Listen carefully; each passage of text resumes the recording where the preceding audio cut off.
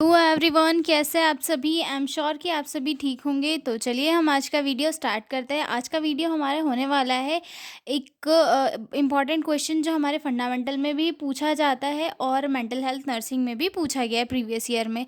तो ये क्वेश्चन है डेफिनेशन ऑफ ग्रीफ, जो 2 नंबर में पूछी गई है। ग्रीफ का मतलब तो आप सभी को पता ही होगा कि ग्रीफ क्या है। ग्रीफ जो है एक नेचुरल इमोशनल प्रोसेस है जिसमें कि कोई जो पर्सन अपने लव्ड वंस को खो देता है तो उसके बाद में उसके क्या रिएक्शन होते हैं उस लॉस को लेकर, और उसकी क्या एक्टिविटीज़ होती है और कैसे कैसे वो उन प्रोसेस से बाहर निकलता है। ठीक है, तो हम आज के वीडियो में इसकी डेफिनेशंस डील करने वाले हैं। मैंने डेफिनेशन बहुत इजी लैंग्वेज में निकाली है, तो हम लोग देखते हैं। तो जो लोग भी चैनल पर नए हैं वो लोग चैनल को सब्सक्राइब कर ले, वीडियो को लाइक करें और अपने दोस्तों के साथ शेयर ज़रूर करें। तो चलिए स्टार्ट करते हैं।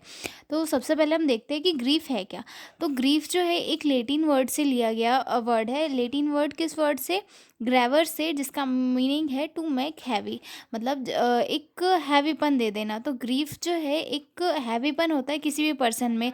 इसका मीनिंग जो है हाँ, ये एक नेचुरल रिएक्शन होता है जब कोई पर्सन अपने लव्ड वंस या अपने किसी फैमिली मेम्बर्स को खो देता है। ठीक है, तो इसकी फर्स्ट डेफिनेशन देखते हैं। Grief is the normal and natural emotional reaction to the loss of someone और समथिंग इम्पॉर्टेंट। ये डेफिनेशन जो है वार्डन के अकॉर्डिंग दी हुई है।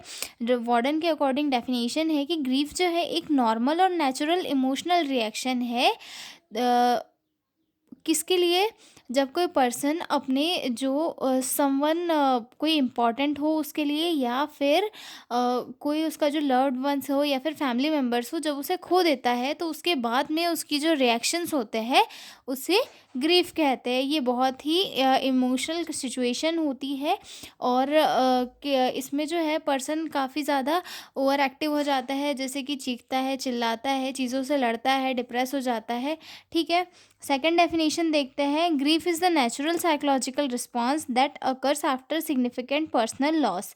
यानी कि ग्रीफ जो है एक नेचुरल साइकोलॉजिकल रिस्पॉन्स है जो कब होती है?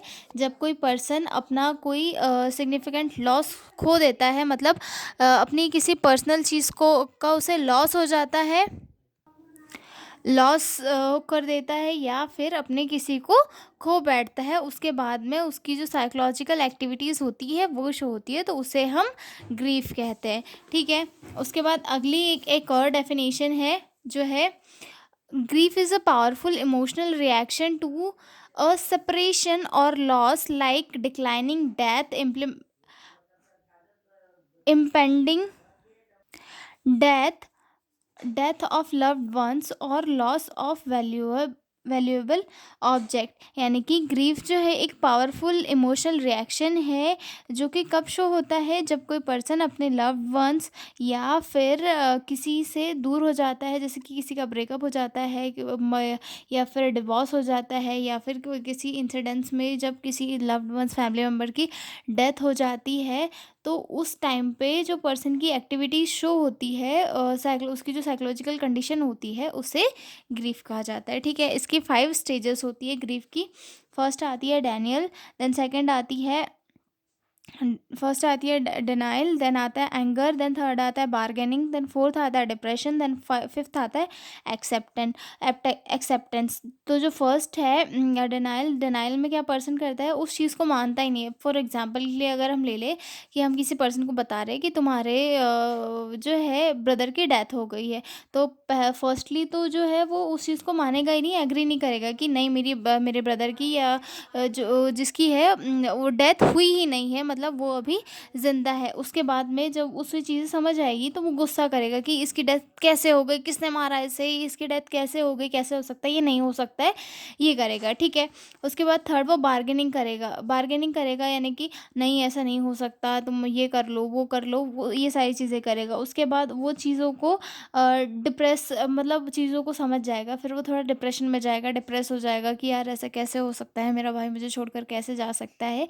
ये चीज़ है। ठीक है, उसके बाद धीरे धीरे चीज़ों का एक्सेप्टेंस आ जाता है, पर्सन चीज़ों को एक्सेप्ट करना सीखता है, और धीरे धीरे उसका जो माइंड है उस चीज़ को एक्सेप्ट करके आगे अपनी लाइफ में बढ़ने लगता है। ठीक है, ये थी स्टेजेस ऑफ ग्रीफ, और हमने देखी डेफ़िनेशन ऑफ ग्रीफ़ मैंने काफ़ी सिंपल डेफ़िनेशन निकाली थी, आई एम श्योर आपको समझ में आ गई होगी।